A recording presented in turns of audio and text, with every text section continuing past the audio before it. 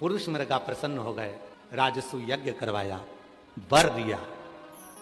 इस पवित्र कथा को दौड़ते हुए पुरुष मृगा के शिवलिंग की पूजन की कथा को जो सुनेगा, उसकी जिंदगी में जितनी भी अड़चने आएगी वो सब समाप्त हो जाएगी। सब। महाभारत के वन पर्व में वेद व्यास जी वर्णन करते हैं। महाभारत के वन पर्व में वेद व्यास जी लिखते हैं, जो पुरुष मृगा के इस पवित्र चरित्र का स्मरण करता है, उसकी जिंदगी के सारे अड़चन, सारी तकलीफें समाप्त हो जाती है। क्योंकि ये पुरुष मृगा कोई साधारण नहीं है, शिव जी का वो भक्त है जो चलते चलते शंकर को पूजन करता, स्मरण करता और बढ़ता रहता है। महाभारत के वन पर्व में शंकर जी के एक भक्त का नाम लिखा है, जिसका नाम है पुरुष मृगा। जम के बोलो, क्या नाम है? पुरुष मृगा। आप सबको मालूम होगा कि अगर कोई बच्चे के मुंह से राल टपकती है, कोई बच्चा हाथ पैर से विकलांग है, बुद्धि से विकलांग है, उसका शरीर सही काम नहीं करता, कोई बहुत ज्यादा व्यसन में डूबा हुआ है, नशे में डूबा हुआ है, नशा छूट ही नहीं रहा है, पूरा घर किसी एक व्यक्ति को सुधारने में लगा है पर वो सुधर ही नहीं रहा है, तो यही पुरुष मृगा जो महाभारत में वन पर्व के अंदर जिसका नाम आया है, शिव जी का भक्त पुरुष मृगा, इसका नाम लेकर पीपल, एक पीपल का पत्ता और एक बेलपत्री का पत्ता, ये दोनों पीपल के पत्ते की नोक को बेलपत्री के पत्ते की नोक के साथ उल्टे हाथ में आगे करा जाता है, सीधे हाथ से शहद का पानी, पानी में थोड़ा सा शहद घुला हो, वो इस नोक पर, किनोर पर डाला जाता है शिव जी के ऊपर, शंकर जी के। नाम क्या लिया जाता है? पुरुष मृगा। नाम देकर जब जल चढ़ता है, उसको कटोरी में झेल लिया जाता है। जो बच्चा मानसिक विकलांग होता है, शरीर से विकलांग होता है, कहते हैं शरीर में कोई ऐसा रोग हो जाता है जिसका इलाज पूरे दुनिया में नहीं है, उस रोग में भी जीबीएस बीमारी के अंतर्गत भी अगर उस जल को शिव पर चढ़ाकर उसको सुबह दोपहर शाम थोड़ा थोड़ा देना प्रारंभ करते हैं, शरीर में बल आता है और शरीर काम करना प्रारंभ कर देता है, वो पुरुष मृगा। महाभारत के वन पर्व में वर्णन आता है पुरुष मृगा का, जिसका शरीर पुरुष का था, पांव मृग के थे, पांव मृग के थे, पुरुष। यहां तक कथा कहती है महाभारत वन पर्व में पुरुष मृगा की कथा थी। शिव भक्त, इसको साधारण नहीं कहेंगे, शंकर का परम भक्त था पुरुष मृगा, परम भक्त। आज भी कहते हैं जिसकी बुद्धि काम नहीं करती है, इधर उधर भटक रही है ना, तो शहद का जल पीपल के पत्ते की नोक और बेलपत्री की नोक दोनों को मिला के शिव जी पे चढ़ाई जाती है और उसका शहद के जल का प्रयोग किया जाता है, बुद्धि सटीक होती है। जो बच्चे पढ़ने बैठते हैं, मन नहीं लगता, मन विचलित हो जाता है, परीक्षा हॉल में याद नहीं आता, सब याद करते हैं, रात भर पढ़ते हैं और परीक्षा हॉल में भूल जाते हैं, उनके लिए भी पुरुष मृगा, पीपल के पत्ता नीचे, ऊपर बेलपत्री का पत्ता, दोनों की नोक, शहद का पानी शिव जी को समर्पित कर कर उस पानी का आचमन करें, बुद्धि केंद्रित हो जाती। पुरुष मृगा। फिर से बोलो, क्या नाम है? पुरुष मृगा। वन पर्व महाभारत में चरित्र आता है, राजसु यज्ञ चल रहा है युधिष्ठिर के यहां, पांडवों के राजसु यज्ञ महाराज। और राजसु यज्ञ में ब्रह्मा जी की ओर से आए, विष्णु जी की ओर से आए, इंद्र की ओर से आए, सबकी ओर से आए, पर शिव जी की ओर से कोई नहीं आया। तब गुरु जी ने कहा कि यह काम करो, शंकर जी का एक परम भक्त है पुरुष मृगा, यदि वो यज्ञ में, राजसु यज्ञ में आ गया तो समझ लो कि ये यज्ञ सफल हो गया और तुम्हें वर प्राप्त हो गया, फिर तुम कभी जिंदगी में हार नहीं सकते। पुरुष मृगा आना चाहिए, हर हर पुरुष मृगा आना चाहिए। पर गुरु जी ने कहा उसको लाना बहुत कठिन, बहुत कठिन। लाओ कैसे? तो महाराज पुरुष मृगा को लाया कैसे जाए?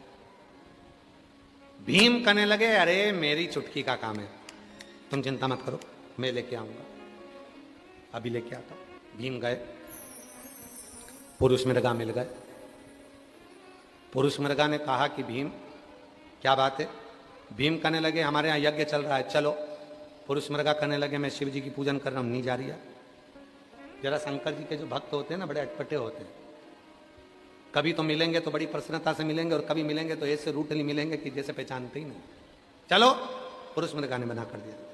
भीम ने कहा मैं लेके जाऊंगा, ठीक है चल, लगा दौड़। अगर तू जीत गया तो मैं हस्तिनापुर जाऊंगा, और अगर हार गया तो तेरे शरीर के 42 टुकड़े कर कर तालाब में फेंकूंगा, मंजूर है, भाग। भीम तो हल्के में ले रहा था शिव जी के भक्त को। शंकर का भक्त कभी हल्के में नहीं लेना चाहिए, बड़ा भारी होता है। 100 के करीब में तो हम ही हैं। सतुआ बाबा जी को भी तुम हल्के में मत लेना। मसान में रहने वाला, शमशान के सामने रहने वाला, दिन रात मुर्दे जलते देखने वाला कोई साधारण नहीं हो सकता। शिव ही का कोई कृपा, तो कोई साधारण नहीं है। भीम ने कहा मैं भागता हूं, ठीक है पकड़ो। और भीम भागने लगे, और जो भीम भागे उसके पीछे पुरुष मृगा भागा। हारने लगा भीम, पकड़ाई में आने वाला था। भीम की आंख में से आंसू बहने लगे। दौड़ते दौड़ते भीम रोने लगा। गुरुजी ने युधिष्ठिर, नकुल, सहदेव, अर्जुन सबसे कह दिया अपने भाई के अंतिम संस्कार की तैयारी करो, पुरुष मृगा उसको मार देगा, वह बचेगा नहीं। भीम रोने लगा, दौड़ता दौड़ता थक गया, हारने वाला था। इतनी देर में भीम मां जगत जननी दुर्गा भवानी को याद करा। भीम की धर्म पत्नी हिडिंबा मां अंबा जगदंबा को याद करी, मेरा पति मरने वाला है, बचा लो मां, बचा लो, बचा। मां ने तुरंत उसी क्षण, अगर मेरी जगत जननी मां नहीं होती तो भीम तो निपट गया। मां ने क्या करा, मेरी जगत जननी मां ने अपने जूड़े में से एक गजरे का फूल नीचे फेंका। जो फूल फेंका वहां शिवलिंग आ गया। पुरुष मृगा भाग रहा था, शिवलिंग को देखा, रुक गया, पांव पड़ी, पत्ती तोड़ी, शिव जी को चढ़ाया, फिर भाग। इतनी देरी हो गई तो भीम थोड़ा आगे निकल गया, फिर पकड़ाई में आने लगा। मां अंबा जगदंबा ने अपने जूड़े का फूल तोड़ा, फिर नीचे पटका। पुरुष मृगा का नियम था, पुरुष मृगा का, जैसे हमारा नियम है बाबा जी, हमारा भी एक नियम है। हम सीहोर से चलते हैं या यहां से चलते हैं, रास्ते में जहां रुकेंगे वहां ओटले पर कोई शंकर का शिवलिंग हो या पेड़ के नीचे कोई शिवलिंग हो तो वहां जल चढ़ाकर फिर आगे बढ़ जाते।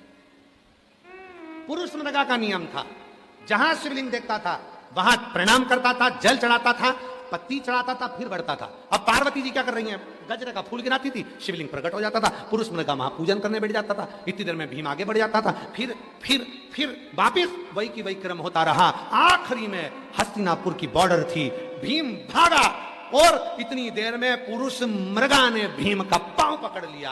आधा शरीर अंदर था, भीम का एक पांव घुटने से नीचे वाला बाहर रह गया। और पुरुष मृगा ने कहा अब तो तुझे मरना हो। युधिष्ठिर आ गए बाहर, हाथ जोड़ लिए, बाबा जी, ए बाबा जी, आप पूरे शरीर को नहीं काट सकते। दिल्ली के बाहर जो घुटना रहा है और पंजा रहा है, आप इसको काट लो, 42 टुकड़े करो, फेंक दो, पर शरीर नहीं काट सकते। पुरुष मृगा प्रसन्न हो गए, राजसु यज्ञ करवाया, वर दिया। इस पवित्र कथा को, दौड़ते हुए पुरुष मृगा के शिवलिंग की पूजन की कथा को जो सुनेगा, उसकी जिंदगी में जितनी भी अड़चने आएगी वो सब समाप्त हो जाएगी। सब।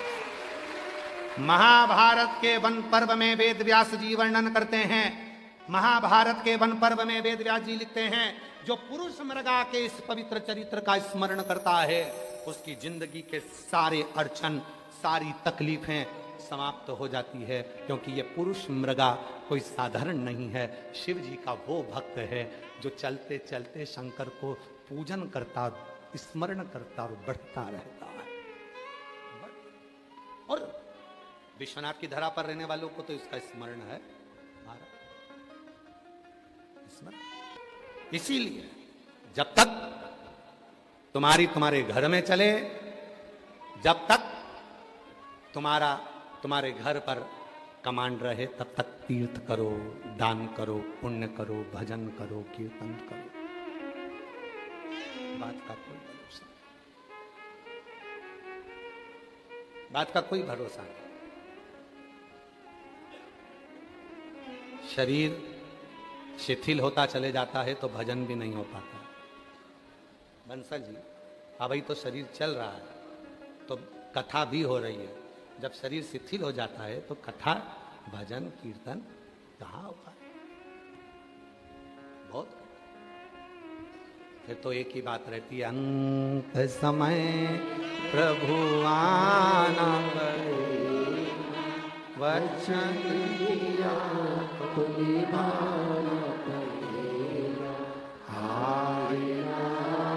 प्रभु हुकुम करिया, अंत समय प्रभु आना पड़ेगा, वचन दिया तो निभाना पड़ेगा।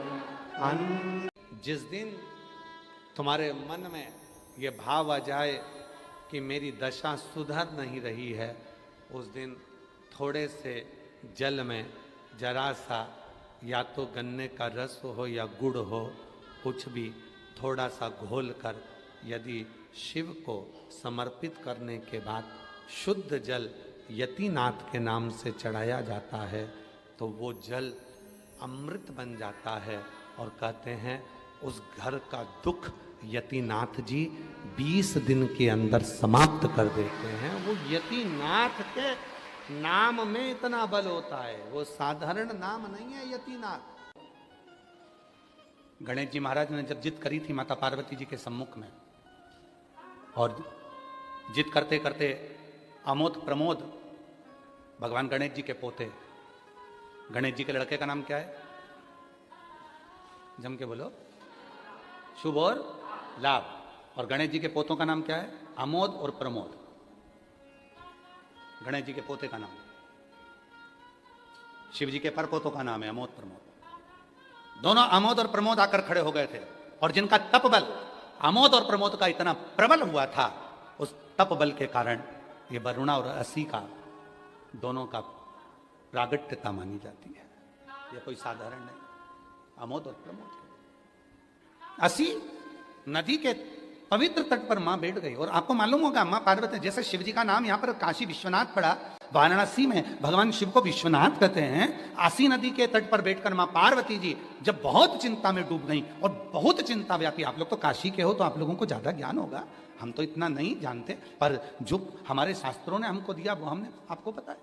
पर हमसे ज्यादा आप वाराणसी के निवासी इस बात को जानते होंगे कि आसी नदी के तट पर मां पार्वती जी भगवान शिव के लिए बैठ गई कि ये सब इतने दुखी हैं, संसार का मनुष्य इतना दुखी है, तो मौन होकर बैठ गई। और तब आसी नदी के तट पर बैठकर मां पार्वती जी ने गहन चिंतन किया, और इतना चिंतन किया कि पार्वती जी के तन के जो वस्त्र थे वो भी गल चुके थे, तो वृक्ष के पत्तों को पहन लिया, वृक्ष के फूलों को अपना श्रृंगार बना लिया, पर वहां से वो गई नहीं।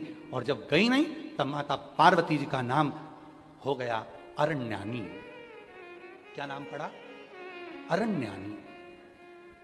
अरण्यानी माता पार्वती जी का नाम पड़ गया। लोग उनको अरुण्या भी कहते हैं।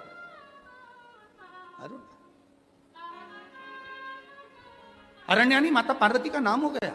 बैठी चिंता में बैठी, बहुत देख रही है, सब दुखी है, कोई सुखी नहीं है, सब संसार सागर का हर मानव दुखी है। इसीलिए शिव महापुराण की कथा कहती है देवी जी का एक स्वरूप अरण्यानी, जो आज भी भारत की भूमि पर कई मंदिर है माता के, उसमें एक प्रसिद्ध मंदिर है काशी बिहार में। बिहार के भोजपुर में मां अरण्या का मंदिर है, अरण्यानी माता, अरण्या देवी का, बिहार के भोजपुर में, जो अस्सी घाट पर बैठकर महाराज अस्सी नदी के तट पर जो माता देवी ने, माता ने जो तप साधना करी अस्सी में, वो तप साधना का कि ये सब दुखी क्यों है। और इसीलिए आज भी नियम है महाराज, आज भी नियम है, अगर बहुत दुखी मनुष्य होता है, बहुत तकलीफ में होता है, बहुत कष्टप्रद होता है, उसके दुख का जब कोई निवारण ही नहीं होता। कहीं कोर्ट का केस, कचहरी, थाना, पुलिस, डॉक्टर, कहीं एक्सीडेंट, कहीं फैक्ट्री चलती चलती बंद हो गई, व्यापार चलता चलता बेकार हो गया, हर तरह से जब वो हताश हो जाता है तब, अब आप लोग तो बिहार भोजपुर जाकर, बिहार के भोजपुर में अरण्या देवी का मंदिर है, और आप तो वहां नहीं जा सकते, तो उसके लिए 7 लाल पुष्प या एक ही पुष्प की 7 लाल पत्तियां 7 दुर्वा के साथ में 7 लाल अक्षत के साथ में यदि अरण्यानी देवी के नाम से यदि बेलपत्र के वृक्ष के नीचे समर्पित कर दिया जाता है तो वो अरण्यानी देवी तुम्हारे घर के जितने भी दुख होते हैं, चाहे कोर्ट से जुड़ा हो, पुलिस से जुड़ा हो, चाहे फैक्ट्री बंद हो रही हो, व्यापार बंद हो रहा हो, तो अरण्यानी देवी उसको संभाल लेती है और बल देकर उसको पुनः आगे बढ़ा देती है। कौन सी देवी है? जम के बोलो, अरण्यानी देवी। जम के बोलो, अरण्यानी देवी। और बहुत ध्यान देना महाराज, जिस नारी के गर्भाशय में अगर गट्ठान हो जाए, बच्चादानी में कोई प्रॉब्लम हो जाए और गर्भाशय में डॉक्टर बोले कि इसका बड़ा ऑपरेशन कराना पड़ेगा, या गर्भाशय में कोई तकलीफ ज़्यादा ही हो गई है, या किसी रूप में पुरुष या स्त्री या बच्चे या बड़ों के उधर नाभि से नीचे हर्निया से जुड़ी हुई कोई प्रॉब्लम हो गई है, तो भी अरण्यानी देवी का स्मरण करने से, यहाँ तक यदि गर्भाशय की प्रॉब्लम है या पुरुष या स्त्री में हर्निया से जुड़ी हुई भी कोई प्रॉब्लम है, तो थोड़ा ध्यान देंगे। 7 बेलपत्र इस तरह से लीजिए।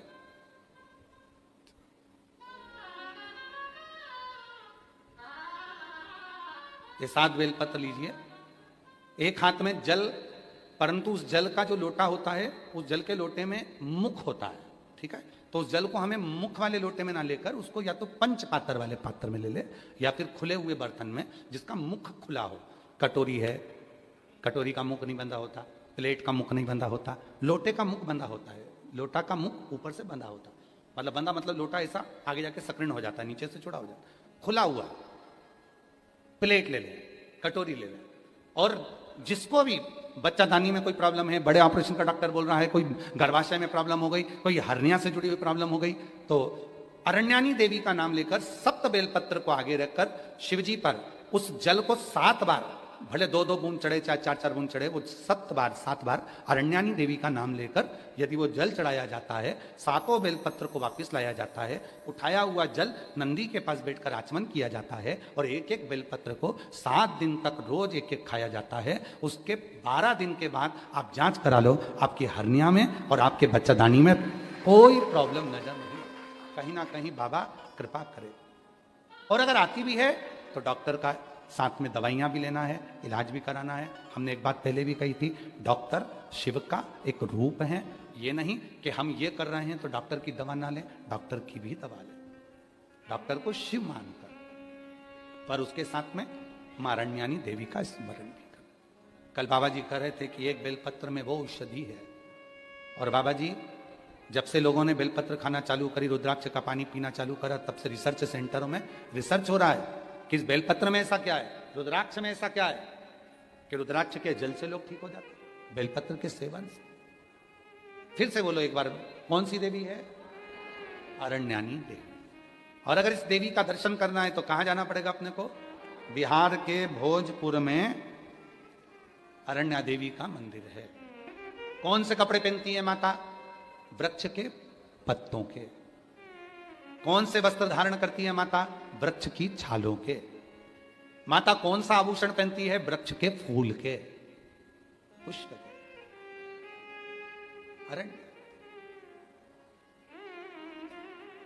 कि नारी जब अपने केश में कोई पुष्प लगाती है, नारी जब अपने केश में कोई गजरा लगाती है, तो वह मां अरण्यानी को अपने मस्तक पर विराजमान कर कर रखती है और उस नारी के गर्भ से जुड़ी हुई कोई परेशानी उसको होती नहीं है, कोई परेशानी। पर अब धीरे धीरे धीरे धीरे लोगों ने गजरा लगाना बंद करा, फूल लगाना बानों में बंद करा, अब तो प्लास्टिक का फूल लगा लेती हैं। तो वो गजरा और फूल जो बंद हुआ, उसके कारण बस आज के जमाने में आप देखो, प्रत्येक माताओं को अगर सूचना मिलेगी तो कहा इसको गर्भाशय में प्रॉब्लम है, इसको गर्भ में गठान हो गई, इसको बच्चादानी में यह हो गया, इसको रजोधर्म से जुड़ी प्रॉब्लम हो गई। पहले ये नहीं होता था। अरण्यानी देवी का स्मरण ही हमारे को सुख प्रदान कर दे। और यहां तक कहेंगे महाराज, शिव महापुराण के कथा के अंतर्गत अगर कभी मौका मिले तो गीता प्रेस गोरखपुर की देवी भागवत लेकर आओ और देवी भागवत में मां अरण्यानी का चरित्र पढ़ो। और देवी भागवत में मां अरण्यानी का चरित्र पढ़ोगे तो क्या मिलेगा आपको? मां अरण्यानी के चरित्र में पढ़ेगा आपको, जिस नारी के रजो धर्म में तकलीफ होती है, रजस्वला होते समय जिस बेटी को, जिस नारी को, जिस बच्ची को पेट में दर्द होता है और कहीं ना कहीं रजो धर्म रुक जाता है या रजो धर्म लगातार चालू रहता है, तो मां अरण्यानी देवी का मात्र नाम लेकर 3 बार आचमन करने पर ही 1 घंटे के अंदर उसको आराम लगना प्रारंभ हो जाता है। ये अरण्यानी देवी, ये अरण्यानी देवी, अरण्यानी देवी। एक बार वापिस बोलेंगे सभी, जितने आस्था चैनल पर सुन रहे हैं, जितने फेसबुक यूट्यूब पर सुन रहे हैं, जितने सोशल मीडिया पर सुन रहे हैं और जितने काशी की इस पवित्र धरा पर इस भवन में बैठकर सुन रहे हैं, वो कौन सी देवी है जो व्यक्ति के उदर से जुड़े हुए उसके नारी के एक एक रोग को समाप्त कर देती है? उसका नाम है अरण्यानी देवी। अरे मैं दुखी नहीं देख सकती, आप मुझे वर दो ये सब दुखों से मुक्त हो। शिव जी ने कहा नहीं हो सकता। शिव जी ने कहा ये तो भोगना पड़ेगा, ये पूर्व के कर्म का भोग है जो भोगना है। तो पार्वती जी ने फिर विनय करा, नहीं मैं नहीं चाहती कि ये भोगे, ये तुम्हारा अगला जन्म का इस जन्म में भोगो और इस जन्म का अगले जन्म में भोगो और उस जन्म का उस जन्म में भोगो, ये चक्र मुझे नहीं चाहिए, ये मुझे नहीं चाहिए। अब आप कुछ भी करो, इन जन्म के चक्र से मुक्त करो। तो शिव जी ने कहा ठीक है, अब तुम चिंता मत करो, तुम अगर चाहती हो कि सब इस जन्म का अगले जन्म को ना भोगा जाए, जो झूठ बोला, प्रपंच करा, गलती करी, वो अगले जन्म में भोगने को ना मिले, तो मैं एक काम करता हूं, जिस असी नदी के तट पर, हे पार्वती तुम मौन होकर बैठी है, वरुणा और असी के मध्य में जो